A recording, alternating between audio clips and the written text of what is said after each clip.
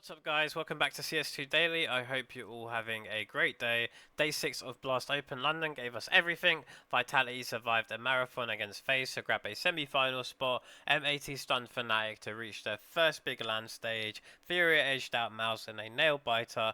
And G2 finished the night by humiliating Spirit with a 13-1 Ancient. Oh, and in the middle of all of this chaos, Magisk has found his way back to Astralis. Drop a like and a sub if you're enjoying the daily coverage. I'd really appreciate it. Let's get straight into it. So some roster news before we dive into today's Blast London action, and it's a big one. Falcons have officially parted ways with Magisk. The four-time major winner had already been sitting on the bench since June, but now it's confirmed he's out of the Saudi lineup for good.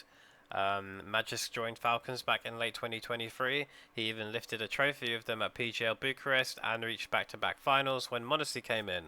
But once they signed the 17-year-old prodigy Kioske, the writing was on the wall, and Magisk's last showing in a Falcons jersey came all the way back at the Austin Major. And here's the twist. He's not going to sit out for long. Astralis have confirmed Magisk is rejoining the roster, slotting back into the team where he won 3 of his 4 majors. He'll be replacing stavn, who's stepping down due to personal reasons. Astralis tweeting out here, quoting Magisk. Astralis means a lot to me, so of course I'm happy to be able to help. It'll be fun to pull the jersey with the star over my head again, and I'm extremely motivated to contribute to the team together with the guys. And lastly, my thoughts are with Martin. I hope he gets the time he needs. Welcome back, Magisk. So it will be really interesting to see how Magisk does on Astralis. I think he'll do fine. And then if we just quickly look at stavn's tweet here, he says, I have expressed to the team and Astralis that I need a break. Health comes first, and this is the decision I need to make. I will take some time off to deal with some personal things. I'll be cheering on the boys while I have my focus on getting back when the time is right. So hopefully stavn, whatever it is, he finds his feet again and he jumps back in with a healthy head. So to kick things off, we had the heavyweight clash between Vitality and FaZe, and man, this one had everything. Overtimes, clutches, collapses, and a decider that felt like a mercy kill. We started on Mirage, FaZe's pick, and Karrigan's boys came out swinging with a 6-1 start. Vitality fought back through flamezy, holding strong on the sites, but Karrigan was everywhere. Sneaky window lurks, big pistols, you name it. Then Brokey cranked it up. The Latvian laser dropped multi-kills all over the place, forcing overtime, and with Frozen hitting a ridiculous 1v3, FaZe snatched the Mirage 19-17. On to Nuke, and it looked like FaZe were about to close the series, but Vitality held on. Flamezy and Mezzy stepped up with massive multi-kills late, dragging the map to overtime. This time it was Vitality's turn to convert, edging it 19-16 and keeping the series alive. Then we head to Inferno, which was the decider, and Inferno was all one-way traffic. Vitality finally looked comfortable, stacking up an 8-4 half on the T side, and then just locking FaZe out completely on defense. Between their utility and Klee trading, FaZe had no answers, and it ended 13-5. The big story though, Brokey and Frozen were insane all series, but it still wasn't enough. Cyrus was actually off his game for most of Mirage and Nuke, missing shots you'd bet the house on, but Flamezy and Mezzy picked up the slack and proved Vitality can win even without a god mode Zyru. If we take a look at the stats after the game, Flamezy sitting with a +5 and a 1.25 rating, Mezzy with a +11 and a 1.20 rating, Rops on a +2 and 1.15 rating, Zyru on a +5 and a 1.09 rating, and Apex sitting at -18 and 0.85. Over at FaZe, Karrigan dropping an insane -43 with a 0.53 rating.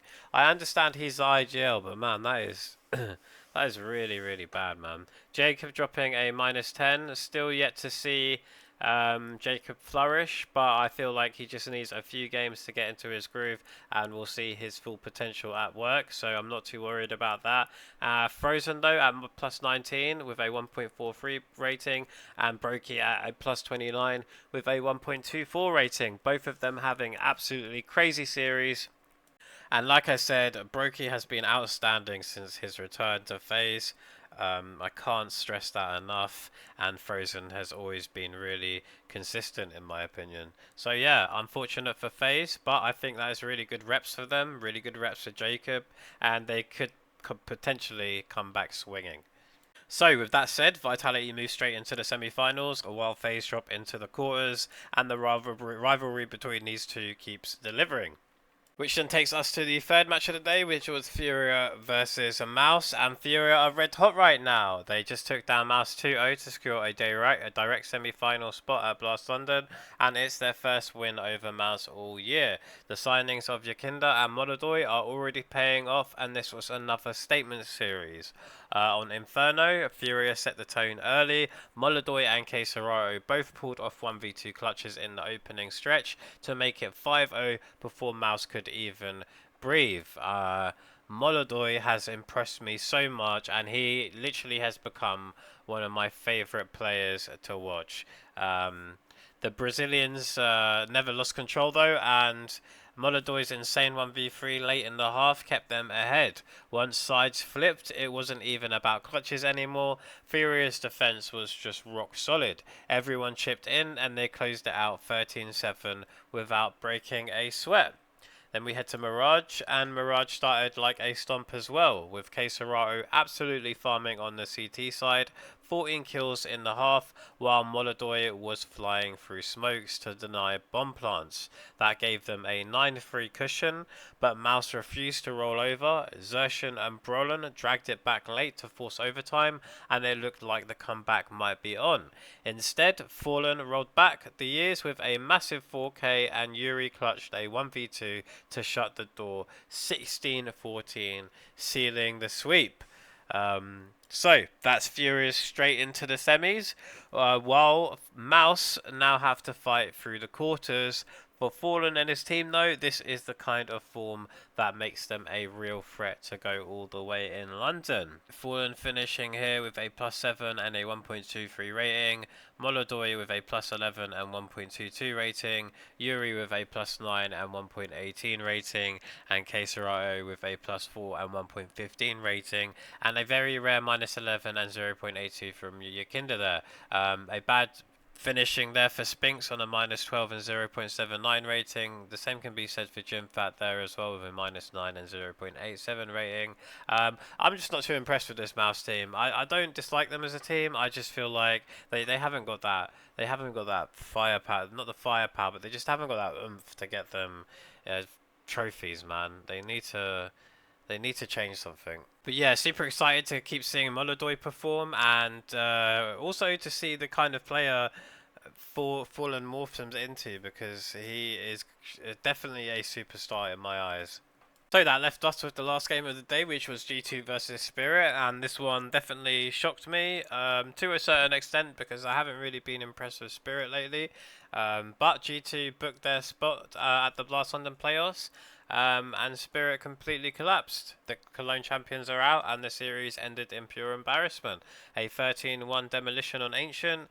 It actually started well for Spirit on Mirage. G2 abused a B site early for a 5-2 lead, but Donk and Shiro took over as the half wore on. Spirit kept things tight, and Donk was dragging them through every clutch and entry battle. He even combined with Zontix in a 3v5 to lock in the 13-11 win, and at that point it felt like Spirit was still in control. But then Dust 2 flipped the script. G2 stormed out 6-0. Spirit were fumbling grenades, missing timings, looking completely lost. A late rally made it close, but a heavy god 1v3 clutch gave G2 the edge, and once it went to overtime, Spirit looked checked out. Saw literally called them out in a timeout, like, guys, is your W key frozen? And after that, G2 just turned the game around. They closed Dust 2 in overtime, and Spirit were visibly tilted. And then came Ancient, and this kind of tells you how that map went. It was an absolute disaster. G2 just bulldozed them. Spirit won one round, thanks only to a Zontix triple. Otherwise, it would have been 13-0.